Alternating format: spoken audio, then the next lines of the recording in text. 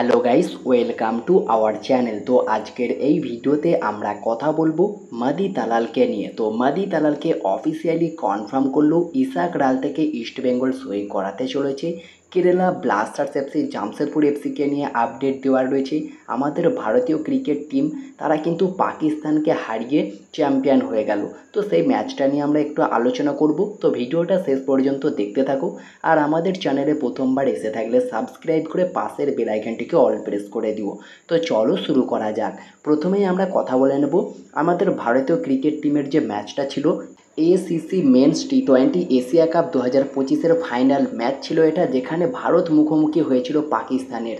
তো সেই ম্যাচে কিন্তু দুর্দান্তভাবে জয় ছিনিয়ে নিল ভারত, একটা দুর্দান্ত জয় তুলে নিল পাকিস্তানকে হারিয়ে। 146 রানের টার্গেট দিয়েছিল পাকিস্তান এবং দুটো বল বাকি থাকতেই আমাদের ভারতীয় টিম 150 রান করে দিল। সেখানে আনবিলিভেবল পারফরমেন্স কিন্তু করেছে ব্যাট হাতে তিলক বর্মা। 53 বলে 69 রান করেছে। শিবম দুবে তিনি 22 বলে 33 রান করেছেন। সঞ্জু স্যামসন 21 বলে 24 রান করেছে। উল্টো দিকে বল হাতে কুলদীপ যাদব পুরো কাঁপিয়ে দিয়েছে। 4 ওভারে 30 রান দিয়ে 4টে উইকেট নিয়েছে। জসপ্রীত বুমরা 3 ওভার 1টা বল করেছে, 25 রান দিয়ে 2টো উইকেট। আকসার প্যাটেল 4 ওভারে 26 রান দিয়ে 2টো উইকেট। দারুণ পারফরমেন্স করেছে বোলার এবং ব্যাটার্সরা। তো এই ম্যাচটা পাকিস্তানকে হারিয়ে দুর্দান্তভাবে জয় তুলে নিল আমাদের ভারতীয় ক্রিকেট টিম এবং এসিসি মেন্স টি20 এশিয়া কাপ 2025-এর চ্যাম্পিয়ন হয়ে গেল। তো তোমাদের এই ম্যাচ নিয়ে কী মতামত সেটা কমেন্টে জানিও। এরপরে যদি আমরা ফুটবলের আপডেটে ফিরে আসি, তো প্রথমেই আমরা কথা বলবো কেরালা ব্লাস্টার্স এফসিকে নিয়ে। তো কেরালা ব্লাস্টার্স এফসি কিন্তু একটা ঘোষণা করেছে, তারা কোনো বিদেশি ছাড়াই সুপার কাপে খেলবে অল ইন্ডিয়ান স্কোয়াড নিয়ে। এমনই কিন্তু একটা আপডেট বেরিয়ে এসেছে বর্তমান সময়ে।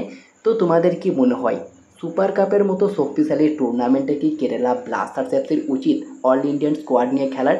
সেটা তোমরা কমেন্টে জানিও। তবে এই অ্যানাউন্সমেন্টটা কিন্তু করেছে কেরালা দল, তারা কিন্তু কোনো বিদেশি ছাড়াই সুপার কাপ খেলবে। এরপরে যদি আমরা জামশেদপুর এফসির একটা খবর নিয়ে কথা বলি, তো জামশেদপুর এফসি কিন্তু সই করিয়ে ফেলেছে সার্থক গোলুইকে।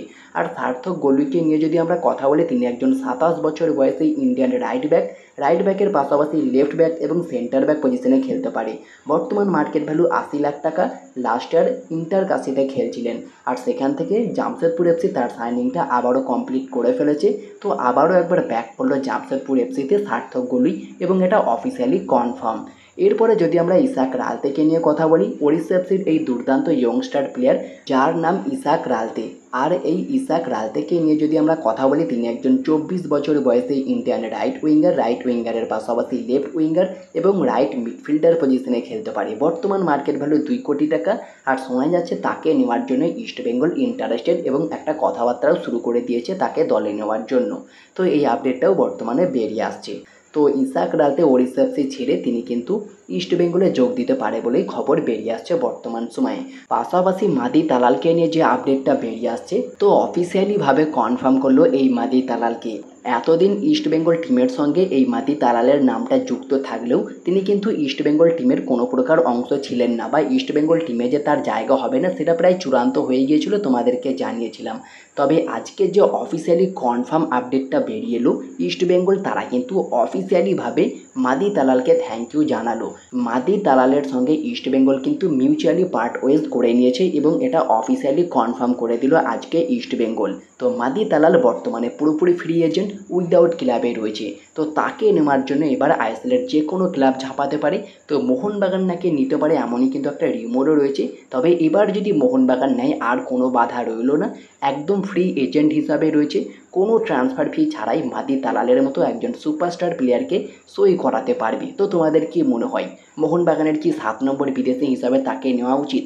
তিনি কিন্তু সেন্ট্রাল মিডফিল্ডার, অ্যাটাকিং মিডফিল্ডার এবং সেকেন্ড স্ট্রাইকার পজিশনে খেলতে পারে। তো তাকে নিলে অবশ্যই বেটার হবে। দেখা যাক আইএসএলের কোন ক্লাব শেষমেশ এই মাদি তালালকে সই করায়। তোমাদের কি মতামত, মাদি তালালকে কোন টিম সই করালে বেটার হবে সেটা তোমরা কমেন্টে জানিও। তো এই ছিল আজকের ভিডিওটি ভালো লাগলে লাইক শেয়ার কমেন্ট করে দিও। আমাদের চ্যানেলে প্রথমবার এসে থাকলে সাবস্ক্রাইব করতে একদমই ভুলো না, তাহলে পরবর্তী ফুটবল রিলেটেড যে সমস্ত গুরুত্বপূর্ণ আপডেট তোমরা একদমই মিস করবে না। তো দেখা হচ্ছে নেক্সট ভিডিওতে।